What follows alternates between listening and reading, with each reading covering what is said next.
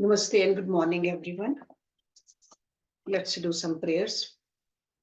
Om Guru Brahma, Guru Vishnu, Guru Devo Maheshwara, Guru Sakshat Parbrahma, Tasmai Shri Guruve Namah. Om Bhur Bhavaswaha, Tat Savitra Varenayam, Bhargo Devasya Dhimahi, Dhiyo Yo Nah Prachodayat, Asto Ma Satgamya, Tamso Ma Jyotirgamya, Mrityurma Amritam Gamya.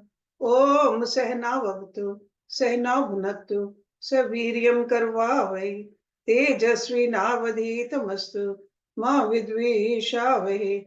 Om Shanti Shanti Shanti Om. We are trying to learn how to diligently do the abhyas so that we can have a direct experience also. So those Rishi Munis, yogis, they had the experience. They got the benefit from it. And if we do the abhyas, we will get the benefit. Okay, so that's why very clearly they say again and again, and they have left countless directions for us. So this direct experience is called Aparoksh Anubhuti. Aparoksh, direct experience. So let's look at some of the obstacles which can come on this path when we practice. Anything we do, there could be some obstacles. So sure on this path also. So there are two verses about that. So from last week's handout, verse number 4 and 5. Samadhau kriyemane tu vignani ayantihi vebalat anusandhan narahityam alasyam bhog lalasam. And the next one is layatama cha vikshepaha rasaswadaha cha shunyata evam yat vighan ya bahulyam tyajyam brahm vidashanai. So samadhau kriya mane,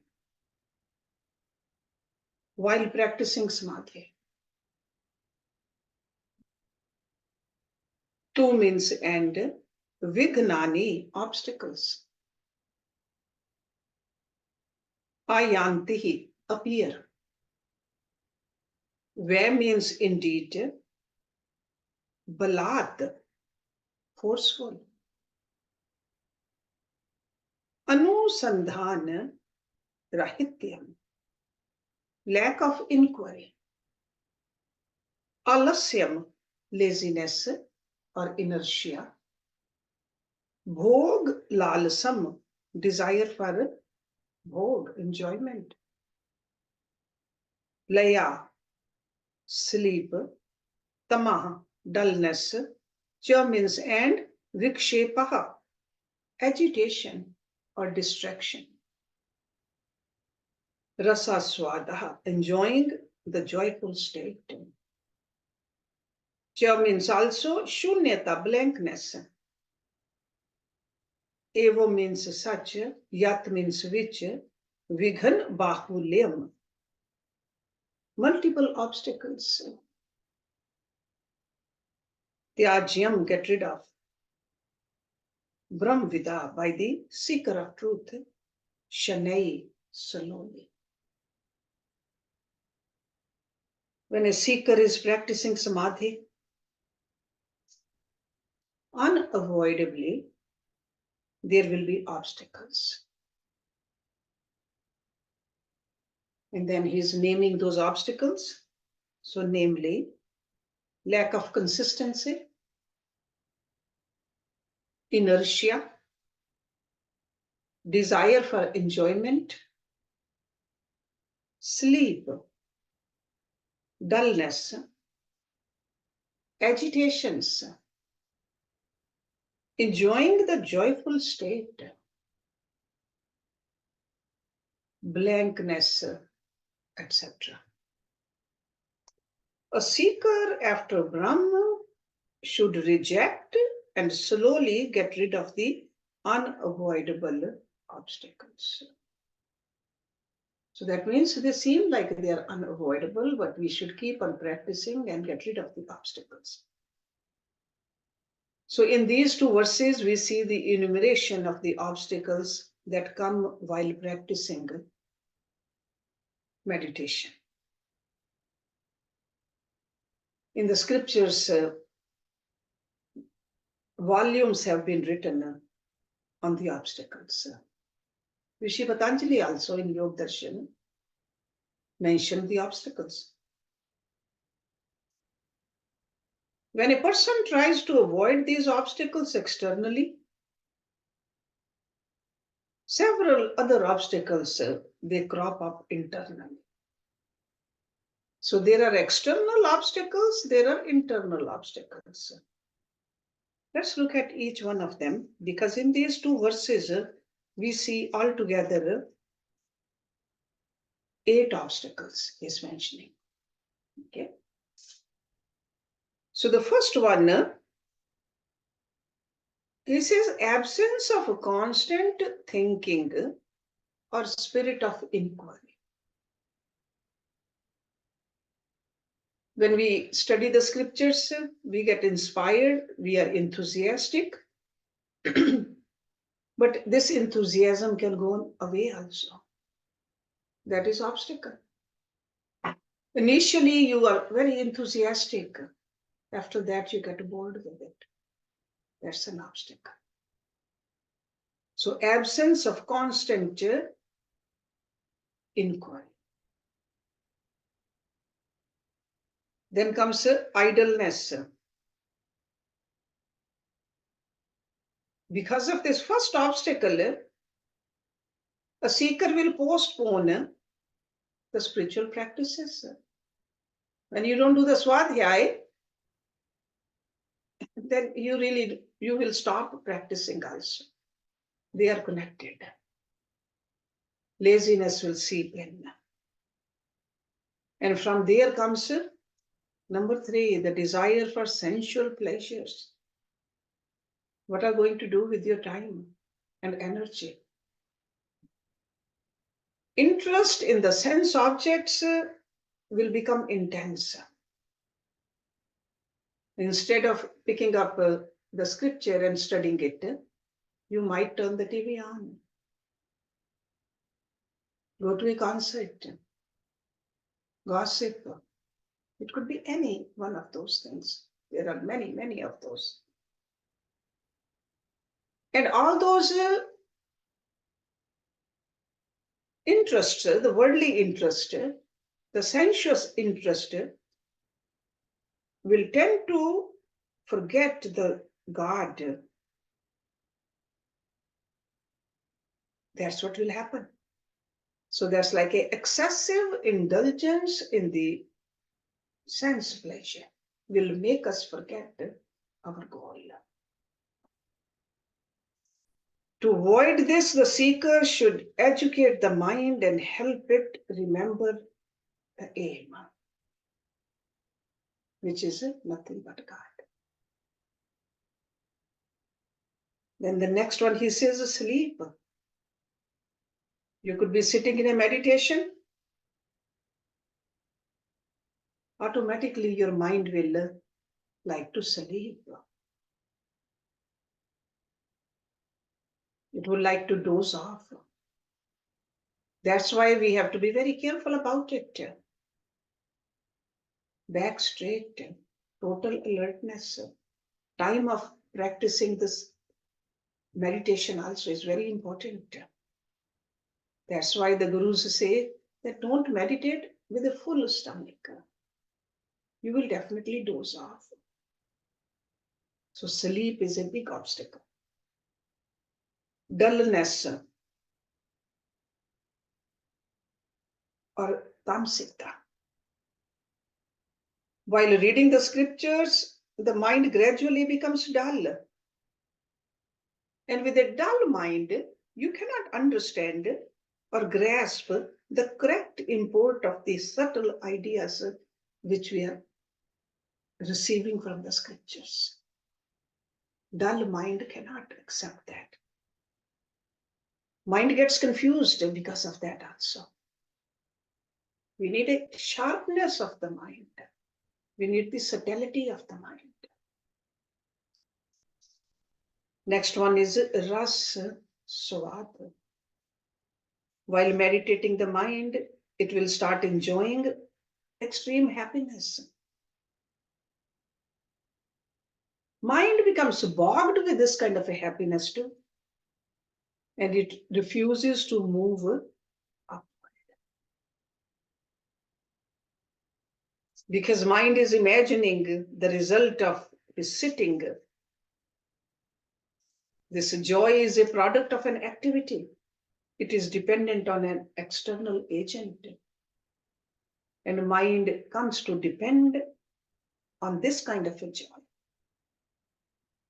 So that becomes an obstacle too. The next one, he says, vikshepa, distraction. When the seeker is meditating, the suppressed and repressed impressions and urges in the mind, especially those of anger, attachment, ambition, sensuality, which have been suppressed there for countless lifetimes. Countless, we don't even know. See, this mind has been traveling with us, birth after birth after birth.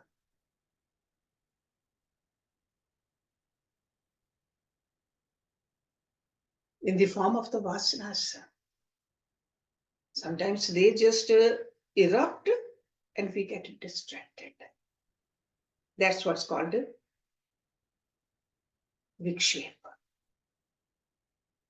When the prarabdha vasanas and agami vasanas are overcome, the sanchit vasanas, the unconscious layer full of the animalistic instincts will gather. And the mind becomes very distracted. What do we do? Through watchfulness, through attention, and by staying vigilant, we should overcome these obstacles.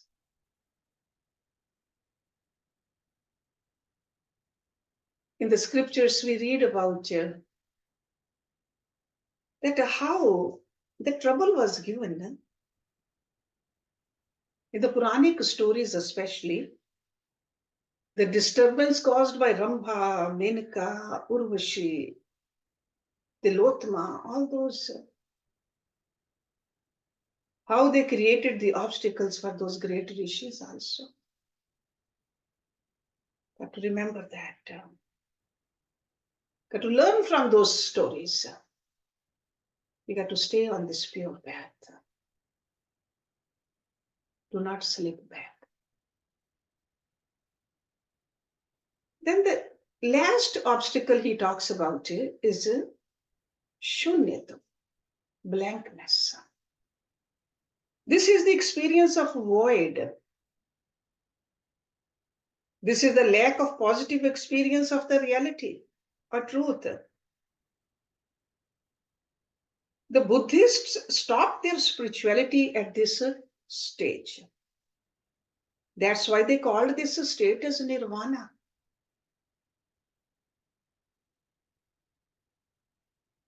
By a proper inquiry into these with the spirit of watchfulness, awareness, attention, and vigilance, these obstacles can be eliminated. So these are the 8 obstacles pointed out in the scripture. So each preceding one is the cause of the succeeding one. Remember that. Okay. Then in the next verse, he says, Bhav vritya hi bhavtvam, shunya vritya hi shunyata, Brahm vritya hi purantvam, tatha purantvam abhyasyet. Bhav vritya, by thinking of any object. He means alone. Bhavatvam, full of that object. Shunya vritya, by thinking of a void. Shunyata, he means verily. Shunyata, voidness. Brahma vritya, by thoughts of the truth. The absolute Brahma. He means indeed Purantvam, completeness. Tatha, in the same way, Purantvam, thinking of the truth, Abhyaset, should practice. By thinking of any object, the mind will be full of that alone. By thinking of void, mind will be void. By entertaining the thoughts of Brahma, the mind also will be full of that alone. Therefore, one should think of Brahma alone always. So, goal is not shunyata. Goal is the truth, the absolute, the Brahma, not shunyata, according to the Vedic philosophy. As you think, so you become. So the remedy for overcoming the obstacles is given here in this verse. The instrument through which this is to be worked out is the thought. When a thought of an object is maintained continuously and intensively in ourselves, we get identified with the object. It's almost like when we think of our country continuously for a long time, you become one with that. When you think of family, your parents, or your guru. So thoughts connect us. That's why a mother, baby is not even born yet, keeps thinking about that baby. Baby in the womb, constantly those thoughts are about that baby. She develops an intimate love with the baby. The baby she hasn't even seen. She cannot eat or drink without thinking about the child. The child's happiness is her happiness. And the child's problems become her problems. So the same way, when I continuously contemplate on an idea and I get identified with it, I myself become one with it. So the power of thoughts. When I constantly think of the value of love, I become love. That's why they say, as you think, so you become. So if you are contemplating on the void, you will become the void. So same way, if you contemplate on the thought that all this is nothing but Brahma, that all the names and the forms are nothing but Brahma, all these perceivable objects have come from Brahma, they exist in Brahma and are supported by Brahma, ultimately get dissolved in Brahma, you will certainly become the all full Brahma. This is what these Vedic seers are telling us. Mere negation that I'm not the body, not the mind, not the intellect is not enough. Sure, we start our meditation with that. We want to detach from it. But that alone is not sufficient. This negative thought must arise out of the positive thought that I am the all pervasive, all full, all blissful Sat Chitananda. So that's why this connecting this index finger with the thumb takes us there. I'm not the body, I'm not the mind, I'm not the intellect, but I am one with the Brahma. So we should not forget that. Then we'll see that all these obstacles, they are looked upon as a play of one Atma alone, because I am the illuminator of all these. These obstacles cannot obstruct me on my path. That is the power of mind, power of thoughts. Next verse. Ye hi vritim jahati e naam brahm akhyam pavanim param vritha ev te tu jivanti hi pashubhi cha samanara. Ye means those. He means very. Vritim. Those vritis, the thoughts, ideas. Jahati, give up. E naam, this. Brahma, the truth. Akhyam, known as. Pavanim, purifying. Param, supreme. Vritha, in vain. Ev, alone. Te means they. Tu means but. Jivanti, live. Pashubhi, animals, beasts. Cha means and, sama, like. Nara, man. Those men who reject and give up this supreme idea of Brahma, which is purifying. So this thought is so purifying. But if those people who just give up this, they live in vain on this earth, like beasts, like animals. Because animals don't think of this ultimate aim. Only human beings do. So as human beings, if we give up this idea, which will purify us, we are no different than animals then. Vain is the life of the person, whoever he be, who does not contemplate on this wondrous idea, the Brahman, which is the holiest of the holy. We all know that the glory of human life consists not in eating and drinking, indulging and mating, procuring and possessing, or acquiring, but in realizing the Brahman. Eating, mating, drinking are common to all species. Ahar, nidra, bhai, mathon.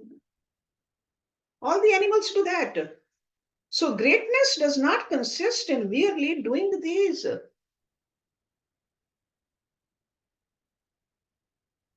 The buffalo, the tiger, the donkeys, they all do this. So in what way we are better than these animals?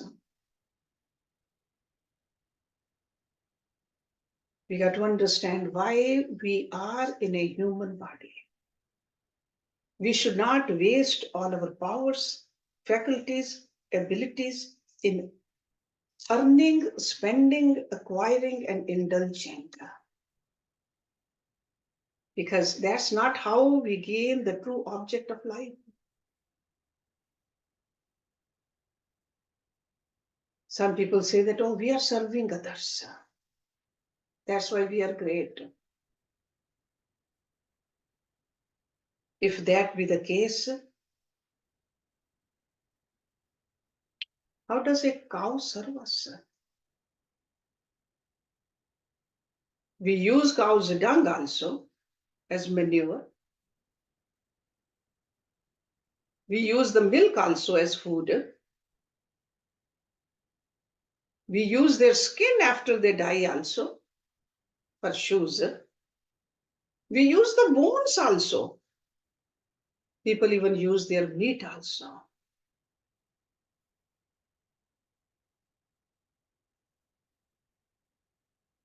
So they are serving.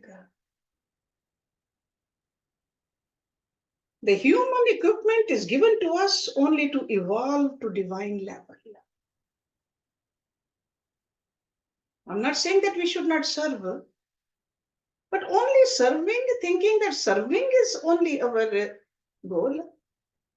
No. Serve we must, but we got to remember that we got to evolve to the divine level, to become superhuman and divine.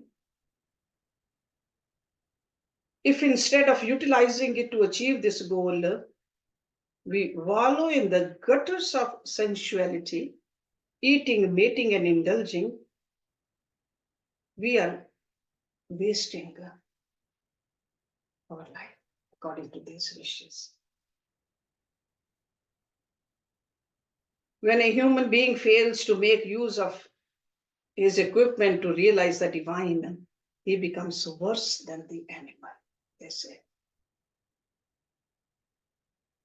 The noblest capacity, the most enduring thing one can do is to meditate on the Brahm and realize the Godhead. Again and again, we read that in the scriptures. We see that in the lives of the great rishis. Ye hi vritim vijananti gyatvapi vardhyanti ye te ve satpurushaha dhanyaha vandya te bhu natre. Ye means who? He means verily. Vritim, thought. Vijananti, no. Ye means who? Gyatvapi, having known. Vardhyanti, grow. Ye means also, te means they. Ve means indeed. Satpurushaha, Satpurush, good men. Dhanyaha, blessed. Vandya, worshipful. Te means they. Bhuv Natre, in the three worlds. So it's like a Bhuvan Traya. Those blessed people who know this state of Brahma and develop it more and more are indeed noble and worthy of respect from all the three worlds. So as a glorification of this great vritti, the thought of Brahma. So he's saying that give up the lower vrittis. The lower vrittis means those thoughts which compel us to live like animals, which propel us, compel us, impel us by these lower instincts, where we are not using our discriminative power. Those who apprehend this great Brahma, contemplate and meditate on it, and practice it and increase more and more of this vritti in the mind, surely time comes when they realize that they are not the body, they are not the mind or the intellect, but they are Brahma. And this vritti is sustained all the time then. But first we have to practice. Then slowly these blessed souls dance into the experience of Brahma. Such personalities who constantly, continuously contemplate on this enchanting vritti of the Brahma, and they pursue it at all times, are called Satpurusha. Satpurusha. They are the good people. They are the blessed one, the chosen people who come to be worshipped by people of all times. In all the worlds, this is three words. Bhavantaraya.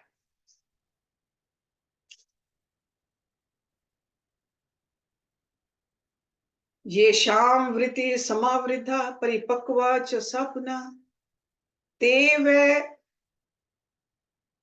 sad brihitam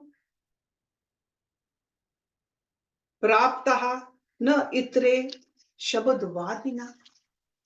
This is the very first verse of the new handout I sent you today, yesterday actually. Yesham, whose, vritti, whose thoughts, sama, complete, vridha. Vridha means over here perfect. Normally, vridh word is used for the old. Okay, perfect. Paripakvaha, mature. Cha means and, sa means that, punha, again, te means they, where indeed, sad brahmdham,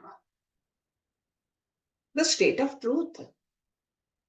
Praptaha, attained. Na means not, itre, others. Shabd vadinaha, who simply talk.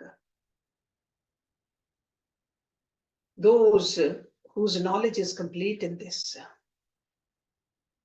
And this completion happens with practice, with abhyas. So those whose knowledge is complete in this and who are perfect in the state of Brahma, indeed have attained the Brahma. And not others who simply talk. So this is not something which we only talk about, discuss about, or argue about. This is something we need to practice. So those who do not maintain the Brahmakar vritti, that Brahma alone they are, is telling us to live like animals. This privilege of loving, constantly entertaining the vritti that one is Brahma is given only to the human species. And he who fails to use this privilege automatically gravitates to the level of an animal. But those people who recognize this rare privilege understand they are nothing but Brahma. And that's how they get this subjective experience. And they are truly blessed. Those who have clear information about this vritti, that they are nothing but Brahma, and then practice it, improve on it, get themselves more and more established in this higher experience, are really good ones. That's what it really means over here. They are the blessed. And he says they are to be worshipped. This attitude that one is nothing but Brahma may come only at the time of meditation, in our dhyan. But through constant practice, one can order this vritti at will. So that means this vritti can stay with us all the time also. But we got to pursue this constantly, continuously. Nirantar. Okay? Nitya. So continuously at all times and in all places, then the individual will get established in it. while eating food also, while walking also, taking a bath also, cooking, cleaning, talking, whatever we are doing, we can always have this vritti in us, connection with the God. The first stage is to bring this vritti more and more into our conscious mind. So that means consciously think. Make an effort to think about it. See, just like any habit we want to develop, consciously we have to make that habit. Sometimes our mind doesn't want to do it, but still we just stay on it. And the second stage is to become increasingly aware of this vritti constantly, and then to get identified with it and gain the experience that you are nothing but Brahma. So the first stage is to learn it, listen to it from the great teachers, understand it, assimilate it, absorb it in the mental complex. That's why we study the scriptures. That's why we go to the gurus. We go to the temples. We listen so that it becomes part of us. It has to become the part and parcel of the mental complex, as they say. Then what is there in the mind must become our own intimate experience. As they say, a person who keeps on saying monkey, monkey, monkey will start thinking that I'm a monkey. Will start jumping like a monkey too. The same thing happens with this also. Keep on thinking about the Brahman. This intimate experience will come only when one practices this for a pretty long time with faith. Satikara Sevita. Devotion has to be there, sincerity has to be there. This Rishi is saying that those who do not do these things, but merely talk about it, are mere prattlers. So he says, if you are just only talking about it, not practicing it, no benefit from there, just talking about it. Okay, so I'm sure it's very clear. Those whose knowledge is complete in this and who are perfect in the state of Brahman, indeed have attained the Brahman, and not others who simply talk. Let me give you the word meaning of the next verse, and we can talk about that next time. Kushlaha Brahm Vartayam Vritihinah Suragina Te Api Agyanatya Nunam Punah Ayantihi Yantihi Cha. Kushlaha, experts. Brahm Vartayam Vritihinah, in vain talk about the truth. Suragina, those who do not practice. So in other words, who are just attached to this worldly sensuality. Te means they, api means also, agyanatya, due to ignorance. Nunam, surely, punha, again, ayantihi, take birth. Yantihi, that means to go. Go means or die. So it's like a birth and death. Cha means and. Those who are experts in vain talk about Brahman, and those who do not practice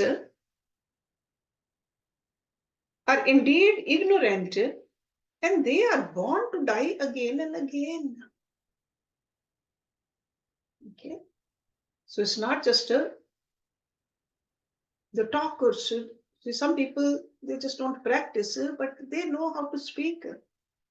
Intellectually, they can debate also. But ultimately, we have to practice. So we look at this verse in a detail next time. I just wanted you to have a little definition of it. Om Purnamada Purnamidam Purnat Purnam Udachyate Purnasya Purnamadaya Purnameva Visheshyate. Om Shanti Shanti Shanti Om. Thank you very much.